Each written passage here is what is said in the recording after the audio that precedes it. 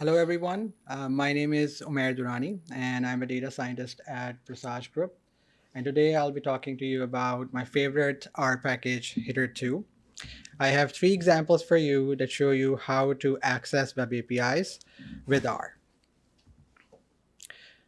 As an R user, I think of a web API like an R function, a function that exchanges data with the internet.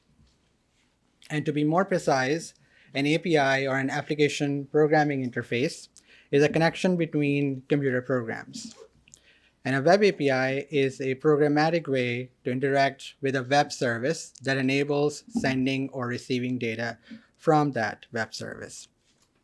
So you can think of this web service as a dedicated computer program, which we call here as a server, that serves data to you when a request is made to it. Now, the request is made via clients. Those clients could be your browser or your R session. And the API provides an interface to connect with the server. Now, to build on the analogy of a web API is like an R function, let's start with an R function. Here I'm showing you the absolute value function that takes in an input of -10, produces an output of 10, and the processing happens in the function body. And if we take the absolute function in R, run it, we get the desired result. Now compare that to a web API. It also takes in an input, which is a header to request in R, and it also produces an output, which is a header to response, again in R context. The processing happens in something called as an endpoint, and we'll look at an example for the absolute endpoint. We'll see what an endpoint is in a moment. So here is all the lines of code we need to get the absolute value of -10. So at the top, if you look at the end, you see -10 provided, and you get a response of 10. Let's dig into this code more and see step by step how it's working. Before we look at the first step, we need to load the Hitter2 library. Hitter2 is a successor of Hitter R package that enables a pipeable way to interact with web APIs. In the first step, we are going to make a request object. And here you can provide your URL where your web server is, the endpoint, in this case it is ABS, and your input -10. And that creates this Hitter2 request object. We can separate the base URL, endpoint, and the input value by using rec URL path append. And that also generates the same Hitter2 request. Now, an API endpoint is a URL that acts as the point of contact between the server and the client. Now, before we actually perform this request and get the data back, we are going to see what will be sent to the web server. So we can use rec dry run on top of our request object. And that tells us that this is a GET request because we are asking for data. It has some headers, and I want you to look at the last one, the user agent. If you make the same request on your browser, just copy and paste the URL, it would the client would be, or the user agent would be your browser. But in this case, since we are doing it in R, the user agent is Hitter2. Now there are other types of, or other methods as well. There is post request, patch request, delete request that would send data. It would update data and delete data, excuse me, respectively. Now we are ready to perform the request. We have the request object, and we use rec perform to get a Hitter2 response. Now this response is in the memory of your current R session. It tells you that the status is 200 OK, which means the request was successful, and the type of the content that it returned is JSON. And we can actually look at the raw object that is returned to us using resp raw function from Hitter2. So there are a lot of headers here. I want you to focus on the the response body at the end, which is a JSON object. You see the curly braces at the end. This contains key value pairs. In this case, there are 3. And aside on the status codes, we saw the status code 200, which means the request was successful. But there are other status codes. One of those are very popular, the 404 status code that tells you that the requested object doesn't actually exist. So we saw the raw object, but what we care about is the cleaned version of the data.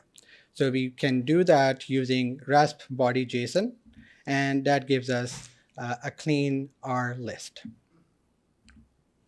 So that was a simple example. Now let's dig in more and look at an advanced example where we use header2 to interface with LLMs and also store data in a database. So I created a small example in a Shiny app. And this Shiny app takes in your user prompt to create a story. So you first provide that user prompt, and then there are more options on the number of paragraphs, whether you want the story to be read out loud, so add narration, genre of the story, and the style of the images that are generated for the story text. You click on Create My Story, and it would generate a nice little story, which we'll see in a moment.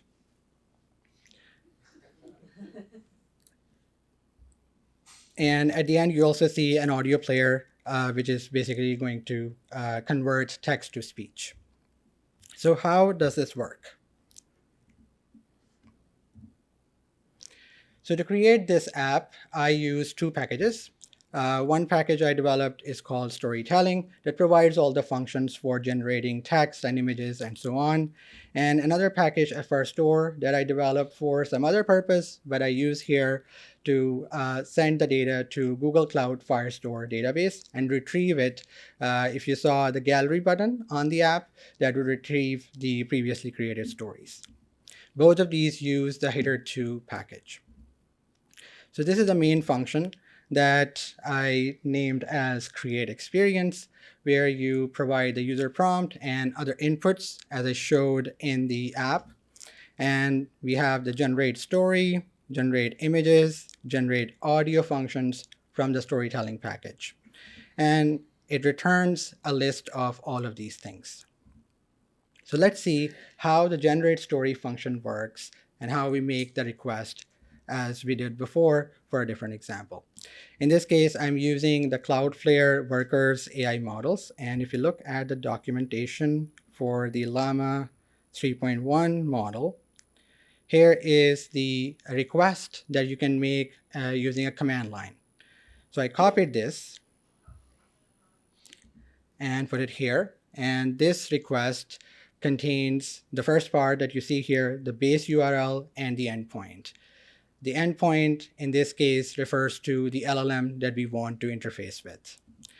The next step is to authorize our request. That would include, in this case, account ID and API key, or the auth token. This is not a GET request. This is a POST request, and it requires 2 things. It requires you to specify the system prompt of the LLM, as well as the user prompt. The system prompt in this case is you are a friendly assistant, and the user prompt is why is pizza so good? Now, we don't want to do this in the command line. We want to do this in R. So let's translate this into header2 code. Header2 provides curl underscore translate function, where you provide the curl request, and it gives you the header2 code. So this is good. You can run it and it would work, but we can do better. So we start with a request object provided with the base URL, and with rec URL path append provides the endpoint, and that creates this request object. Currently it is get request, but remember we want it to be post request. Then we authorize in the next step by using rec auth bearer token. And this is where you provide your API key. And that would then return you a header to request again, but the authorization is redacted by default. In the next step, you use rec body JSON. So when you do this step, this converts your request into a post request because you're providing data to the server. You provide the system prompt as well as the user prompt. In this case, we are now going to generate story text. So the system prompt is you tell short fictional stories, and the user prompt is tell me a story about a dragon who baked cookies. And that generates this header to request. We haven't yet performed it, and you can see that the body part here says JSON data. So header to basically converted this list into JSON behind the scenes. And now we are ready to perform the request and get the results. So in this particular case, we get the result as one long vector with all the story paragraphs that it has. And we can get it by running result $response. And then we need to process the output here. In this case, I just process it to get individual sentences. But Elmer makes this process very smooth. You can actually try different models, not just Cloudflare, and you can do that with a lot of ease. And you can also generate structured output, so you don't have to post-process your response. So here is the generate story function that uses the make chat function. Inside it, you see the chat function, and that's where you can provide any provider that Elmer supports. So we provide the usual inputs. In this case, the chat function default value is chat Google Gemini. So we provide the make chat function.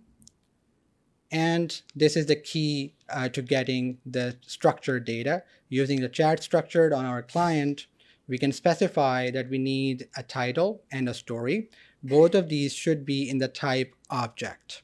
And the title is a string, while the story is itself an array that would contain as many paragraphs as you specify. So running this with 2 paragraphs produces a vector with 2 elements and also provides us with a title in this nice list. Now back to header 2. This function generates multiple images for each paragraph of the story text. And I want you to focus on rec perform parallel. In this use case, because we have several sentences or paragraphs of the story, and we want to generate an image for each of them, we can perform a parallel request. And if there's an error for generating one image, we can just continue it until we get all the images.